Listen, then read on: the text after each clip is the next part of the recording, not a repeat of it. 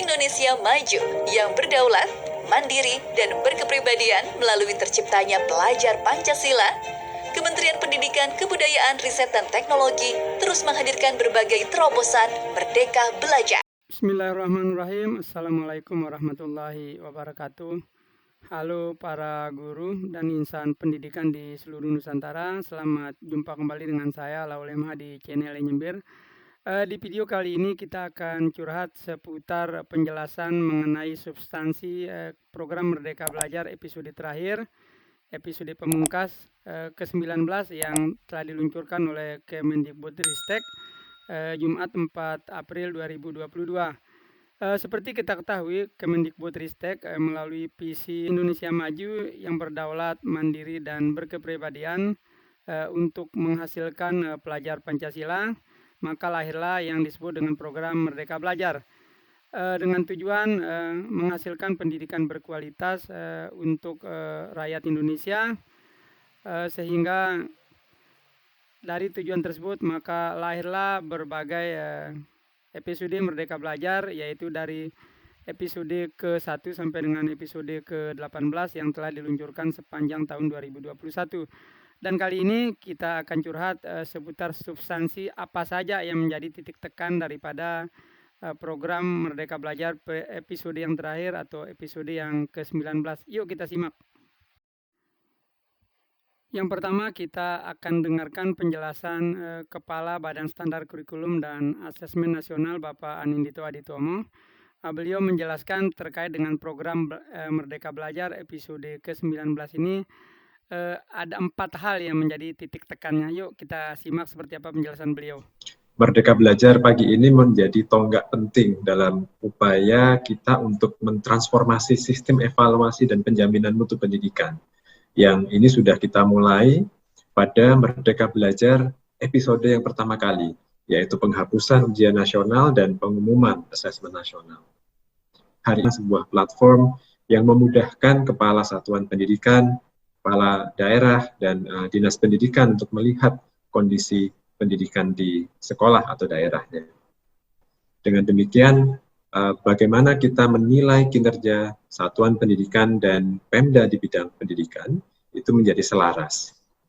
Jadi rapor memantik refleksi kepala satuan pendidikan dan Pemda untuk meningkatkan kualitas pendidikannya. Paparan yang pertama kita dengarkan mengenai pemaparan program Merdeka Belajar Rapot Pendidikan Indonesia. Seperti apa penjelasannya? Yuk kita simak. Ya, kita sudah dalam episode 19, tidak terasa. Saat ini kami menghadirkan platform rapor pendidikan, yaitu hasil daripada asesmen nasional tersebut. Dan analisis data lintas sektor untuk setiap sekolah di Indonesia dan untuk setiap Pemda di Indonesia untuk bisa kita mengintegrasikan begitu banyak data untuk membantu sekolah-sekolah melakukan refleksi dan membenahi sistem dan kualitas pendidikan mereka di daerah-daerah masing-masing.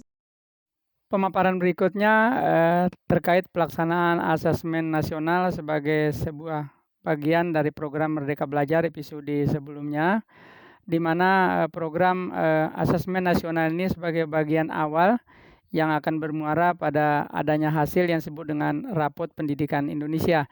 Dalam pemaparan kali ini terkait dengan asesmen nasional ada 4 hal yang menjadi titik tekan Mendikbudristek. Berikut kita cermati apa saja yang menjadi penekanan beliau. Asesmen nasional dibandingkan dulu yang ujian nasional.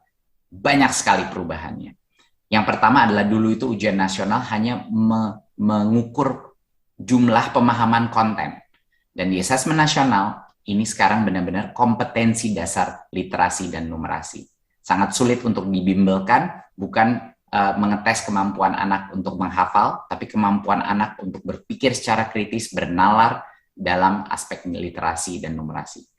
Perubahan yang kedua adalah ujian nasional dulu juga hanya mengukur kognitif daripada siswa. Sedangkan asesmen nasional ini mengukur berbagai macam nilai-nilai karakter, profil pelajar Pancasila dalam lingkungan belajar sekolah. Dan yang ketiga, perubahan terbesar adalah penggunaan teknologi. Belum pernah kita melakukan asesmen nasional yang sepenuhnya 100% berbasis digital dengan mempunyai hasil assessment yang jauh lebih akurat, valid, dan yang terakhir perbedaannya adalah dulu itu UN belum dilaksanakan di level SD. Dan sekarang kita punya potret lengkap, karena termasuk AN itu termasuk SD. Kita punya potret lengkap dari SD sampai dengan tingkat setara SMA. Teman-teman guru di seluruh Nusantara, menarik penjelasan Mendikbudristek. Beliau memaparkan bahwa pelaksanaan itu mengacu pada adanya prinsip perubahan, yaitu untuk peningkatan mutu. Nah, mutu ini beliau jelaskan bahwa terjadi penumpukan beban administrasi. Sekali lagi, penumpukan beban administrasi. Ini menarik, sebab ini menjadi keluhan Bapak Ibu guru di seluruh Nusantara selama ini. Nah, pelaksanaan AN ini sejalan dengan prinsip-prinsip perubahan kita. Kita mau orientasi kita kepada mutu, sistem yang terintegrasi, dan bukan malah menambahkan beban administrasi, dan mendorong perbaikan berbasis refleksi. Ini mungkin poin yang terpenting. Berikut penjelasan Mendikbudristek terkait hasil daripada pelaksanaan asesmen nasional sepanjang tahun 2021 yang berwujud hasil yang disebut sebagai Rapot Pendidikan Indonesia, di mana isinya adalah capaian kompetensi literasi baik dalam wujud numerasi maupun literasi. Dari hasil yang dipaparkan, tiba pada kesimpulan bahwa kita semua yang terlibat dalam insan pendidikan ini masih memiliki pekerjaan rumah yang cukup berat, di mana kesimpulan yang dipaparkan. Kita sudah tahu, bahkan sebelum kita melaksanakan asesmen nasional, bahwa Indonesia berdasarkan hasil PISA pun, yaitu tes yang membandingkan negara-negara dari sisi pencapaian literasi dan numerasi, kita tahu kita masih banyak sekali kekurangan. Dan bahwa capaian kompetensi literasi kita masih perlu banyak perbaikan.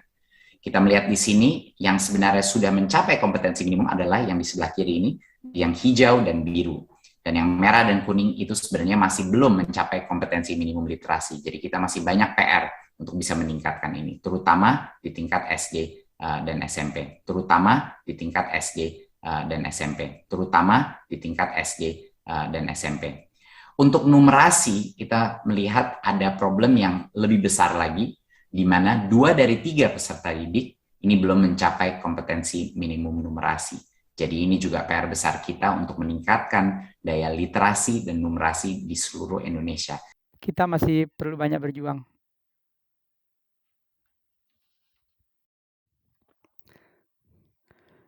Kemudian Mendikbudristek menjelaskan dari paparan hasil asesmen baik dalam kompetensi literasi maupun numerasi yang rendah, tentu ini akan berimplikasi buruk bagi pelaksanaan pendidikan ke depan. Seperti apa implikasi yang dimaksud? Yuk kita simak penjelasan beliau. Kalau kita tidak bisa meningkatkan daya literasi dan numerasi kita, dampaknya kepada keberlangsungan masyarakat itu sangat besar. Mereka akan dengan sangat mudah demotivasi. Mereka akan ketinggalan dan akan sulit mengejar ketertinggalan mereka, demotivasi di kelas, dan banyak dari mereka yang akhirnya memutuskan tidak melanjutkan sekolah. Orang tuanya pun akan melihat persepsi itu bahwa anaknya ketinggalan di sekolah dan mungkin lebih baik keluar dari sekolah dan kerja saja. Jadi ini ada dampak sosial yang sangat tinggi terhadap pencapaian literasi numerasi. Kedua adalah daya saing lulusan-lulusan kita di dalam dunia yang berbasis teknologi yang terus berubah, dan daya saing rendah ini akan berdampak kepada daya saing nasional kita, negara kita, daya saing SDM kita di masa depan. Dan juga yang terakhir, salah satu dampak terbesar tingkat literasi dan numerasi yang tidak baik adalah kemampuan kita memproses informasi secara kritis itu akan sangat rendah, sehingga kita akan selalu rentan terhadap hoax, rentan terhadap manipulasi, dan lain-lain. Jadi ini adalah suatu hal yang bukan hanya dari aspek pendidikan, tapi juga dari aspek sosial dan keberlangsungan masyarakat kita ke depannya. Sangat penting untuk kita tangani.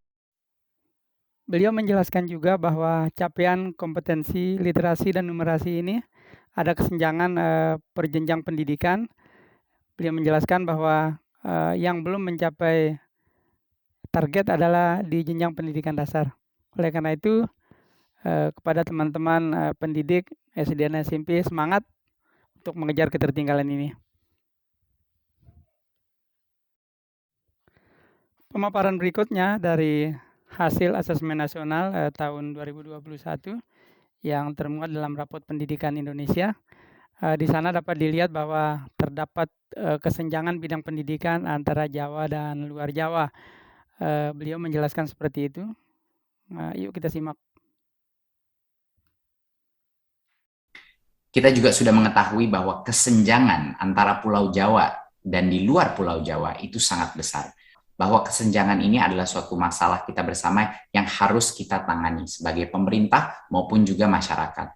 Jadinya ini terlihat. Kita mengambil contoh salah satu kabupaten di luar Pulau Jawa yang warna merah dibandingkan dengan salah satu kota di Pulau Jawa. Rata-rata distribusi skor literasinya. Kita bisa bahwa hampir tidak ada overlapnya. Artinya, di dalam itu kabupaten yang di luar Pulau Jawa, sekolah-sekolah yang terbaik dari sisi skor literasi mereka adalah sama pencapaiannya dengan sekolah-sekolah yang terendah pencapaian literasinya di dalam kota besar di Jawa.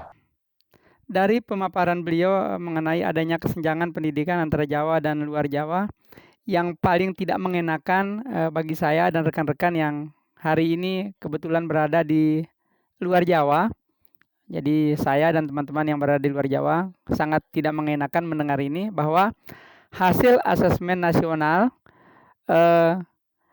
kompetensi literasi dan numerasi terbaik yang ada di luar Jawa itu sama hasilnya dengan sekolah-sekolah yang paling rendah standar literasi dan numerasinya di Pulau Jawa. Ini kan sangat tidak mengenakan. Oleh karena itu ini menjadi PR kita semua yang ada di luar Jawa. Dan tentu pemerintah pusat tidak boleh menutup mata agar kesenjangan ini tidak boleh lagi terjadi.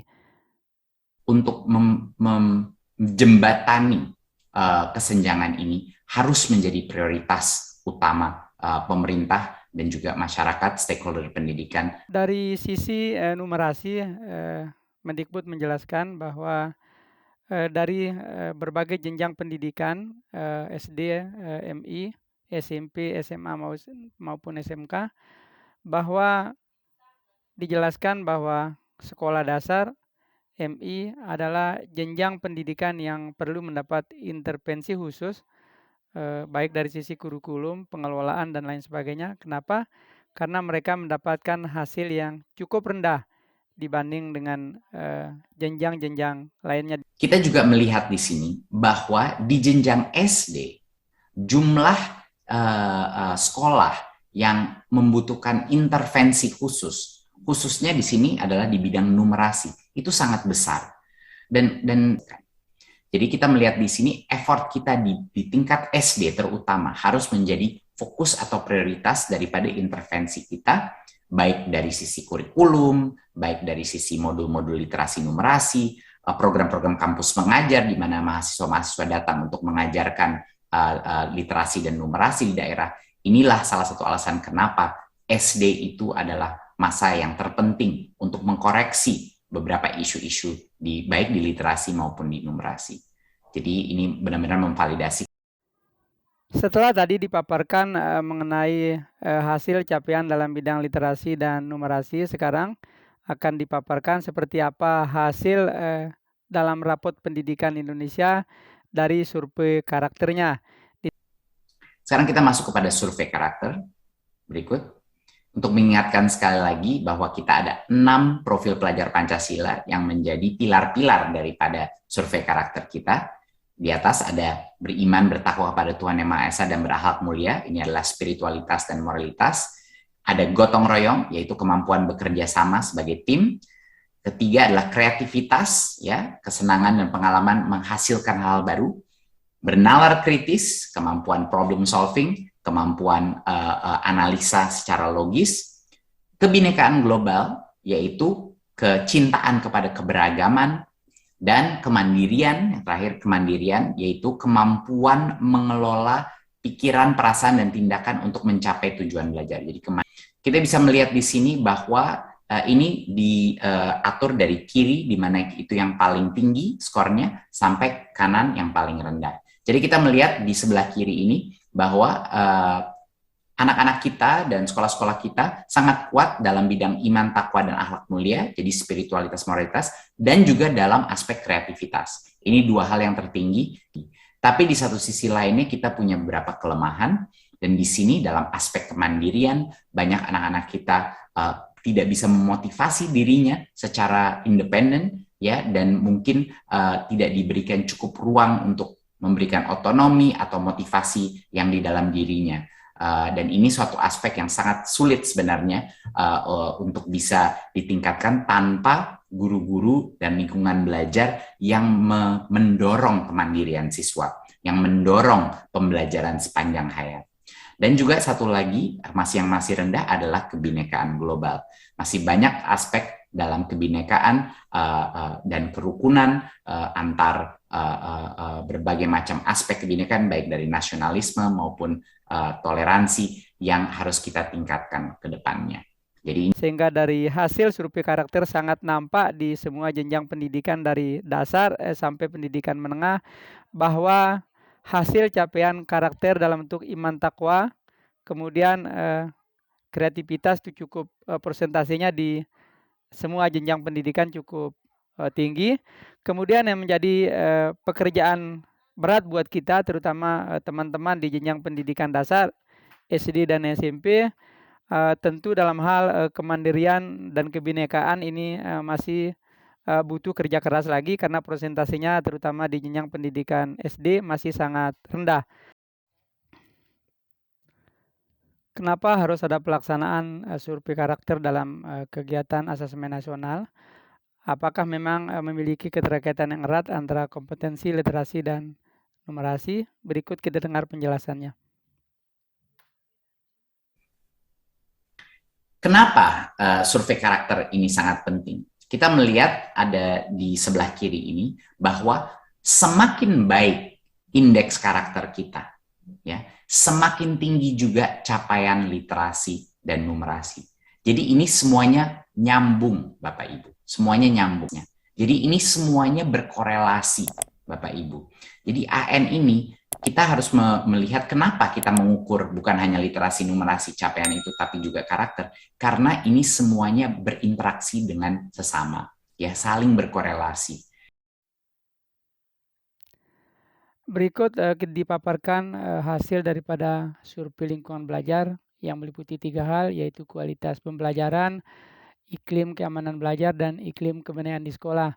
Ini sangat menarik untuk kita cermati bagi kita para guru, seperti apa hasil kerja kita selama ini. Ayo kita simak. Sekarang kita masuk dalam survei lingkungan belajar. Nah, survei lingkungan belajar ini mengukur beberapa faktor yang mempengaruhi hasil belajar peserta didik. Kualitas interaksi antara pendidik dan peserta didik itu diukur. Iklim keamanan, apakah murid-murid merasa aman dan nyaman di dalam satuan pendidikan mereka, aman dari perundungan, hukuman fisik, pelecehan seksual, narkoba di dalam lingkungan sekolahnya. Dan ini juga mengukur iklim kebinekaan, bagaimana satuan pendidikan tersebut menyikapi keberagaman. Apakah keberagaman itu suatu hal yang positif, perbedaan individu, identitas, latar belakang, dan lain-lain. Dan yang menarik dari hasil survei lingkungan belajar lebih-lebih dalam hal kualitas pembelajaran di kelas, nampak hasil bahwa terdapat perbedaan orientasi antara pendidik dengan peserta didik dalam hal hasil belajar.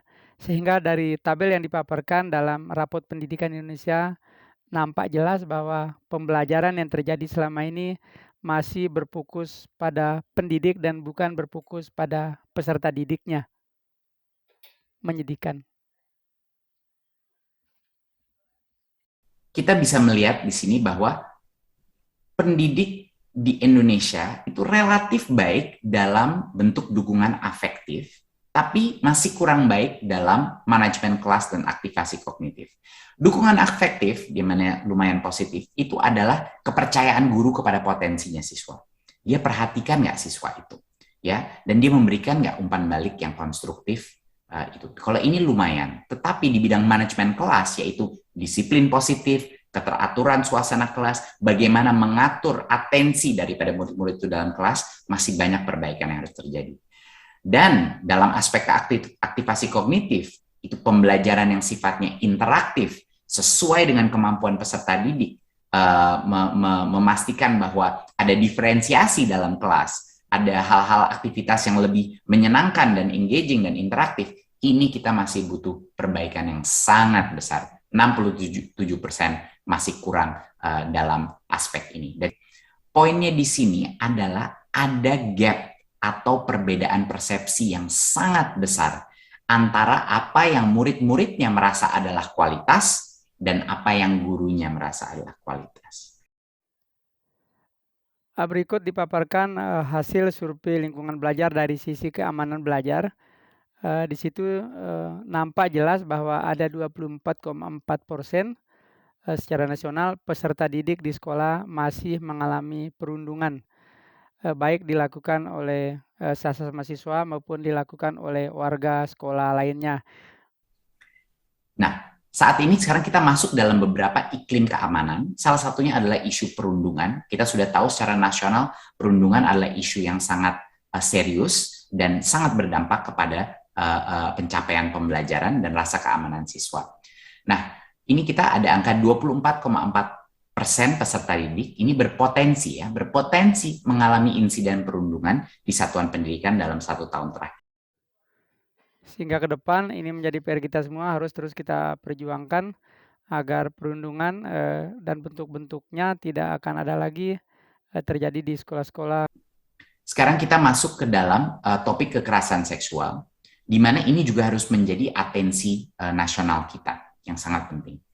22,4% peserta didik kita menjawab pernah pada pertanyaan yang berikut ini. Ya, 2 pertanyaan di sebelah kanan itu. Apakah siswa lain atau dewasa lain di sekolahmu pernah menunjukkan bagian tubuh tertentu atau hal-hal seksual lain secara langsung? Dan juga apakah siswa lain di sekolahmu pernah menunjukkan bagian tubuh tertentu atau hal seksual lain secara tidak langsung? Berikut Mendikbudristek menjelaskan komponen-komponen apa saja yang termuat di dalam raport pendidikan Indonesia. Kita simak. Kita masuk kepada rapor pendidikannya. Jadi ini adalah suatu platform digital yang bisa diakses semua sekolah-sekolah kita dan juga Pemda untuk bisa melihat, melakukan refleksi. Berikut. Nah, kita menyajikan informasi dari rapor pendidikan ini mengenai kualitas dan ketimpangan secara paling sederhana yang bisa kita lakukan, mudah dipahami. Sebaik mungkin kita berusaha untuk membuat ini mudah dipahami. Ya, jadi ini adalah platform digital yang bisa diakses dan platform ini bisa dibuka setiap sekolah, setiap satuan pendidikan dan juga setiap Pemda untuk bisa mengidentifikasi apa area-area fokus yang benar-benar harus diperbaiki. Ya, mana kekuatannya dan juga mana kelemahannya. Apa saja sih yang ada di dalam rapor pendidikan? Di dalam rapor pendidikan ini mengandung semua dari 8 standar nasional pendidikan, baik dari output, dari proses, dan juga input. Jadi semua komponen daripada standar nasional pendidikan kita sudah masuk di dalam rapor pendidikan kita. Rapor pendidikan ini hadir bagi setiap sekolah dan juga hadir bagi setiap dinas pendidikan. Dan itu jenis tayangannya juga berbeda, di mana per sekolah mereka hanya bisa melihat di sekolahnya, tapi karena pertama kalinya sekolah-sekolah akan bisa melihat secara detail elemen-elemen per dimensi. Setiap sekolah bisa memilih satu metrik, dia bisa menganalisanya, dia bisa menggali, dan dia juga bisa melihat perbandingan capaian dia antara misalnya di dalam kabupaten kotanya. Jadi dia bisa melihat perbandingan dengan rata-rata di kabupaten kotanya, dia bisa melihat perbandingan dengan sekolah-sekolah lain secara nasional yang semua pengguna ini bisa mengunduh data lengkap. Jadi sekolah pun bisa mengunduh ya dalam bentuk Excel misalnya, dinas pendidikan juga bisa untuk melakukan pengolahan data lebih lanjut. Pastinya ini akan membutuhkan proses pembelajaran di awalnya, tapi akan kami bantu dan kami bimbing. Jadi bagi sekolah-sekolah atau Pemda-Pemda yang ingin melakukan analisa yang lebih mendalam, mereka bisa mendownload data tersebut dan menganalisa datanya. Jadi rapor pendidikan ini adalah hadir untuk membantu sekolah-sekolah mengatasi permasalahannya. Oleh karena itu, rapor pendidikan ini, yaitu platform digital ini, mencoba memperbaiki proses itu. Yang dulunya ada berbagai macam sumber evaluasi, dokumen, dan lain-lain, sekarang hanya AN dan Dapodik ya, yang menjadi acuannya. Tidak ada lagi pengisian borang-borang tambahan lagi. Ya, ini adalah hal yang akan sangat mengurangi beban administratif daripada sekolah dan tidak membingungkan. Kemudian beliau menjelaskan bagaimanakah caranya guru dan satuan pendidikan untuk mengakses rapot pendidikan Indonesia. Ini penjelasannya. Cara mengaksesnya gimana? Semua kepala sekolah dan dinas pendidikan bisa mengaktifasi akun pembelajaran-belajar.id dan mengaksesnya di raporpendidikan.kemdikbud.go.id. Ya, dan di sini juga ada yang format visual secara untuk publik bisa juga diakses di sini. Ya, tentunya harus menggunakan akun belajar.id. Berikut. Jadi, rapor pendidikan ini adalah hasilnya untuk mencari akar permasalahan. Untuk guru-guru dan kepala sekolah duduk-duduk dan refleksi, melihat ini, berdiskusi, berdebat mengenai apa yang harus dilakukan, dan didiskusikan ini harus konstruktif, ya, dengan berbagai pemangku kepentingan pendidikan. Rapor pendidikan ini bukan untuk menghukum dan mencari salah. Ini poin yang sangat penting. Ini bukan untuk menghukum, oh ini salah Anda, ini salah kita, ini salah. Bukan itu maksudnya, rapor pendidikan. Rapor pendidikan bukan untuk ranking satu daerah dan daerah lain. Ya. Dan ini bukan untuk membanding-bandingkan pencapaian. Rapor pendidikan adalah dokumen di mana setiap sekolah bisa duduk dan menggunakan data yang... Kemudian, dengan adanya rapor pendidikan Indonesia, apa fungsi utamanya? Yuk kita simak.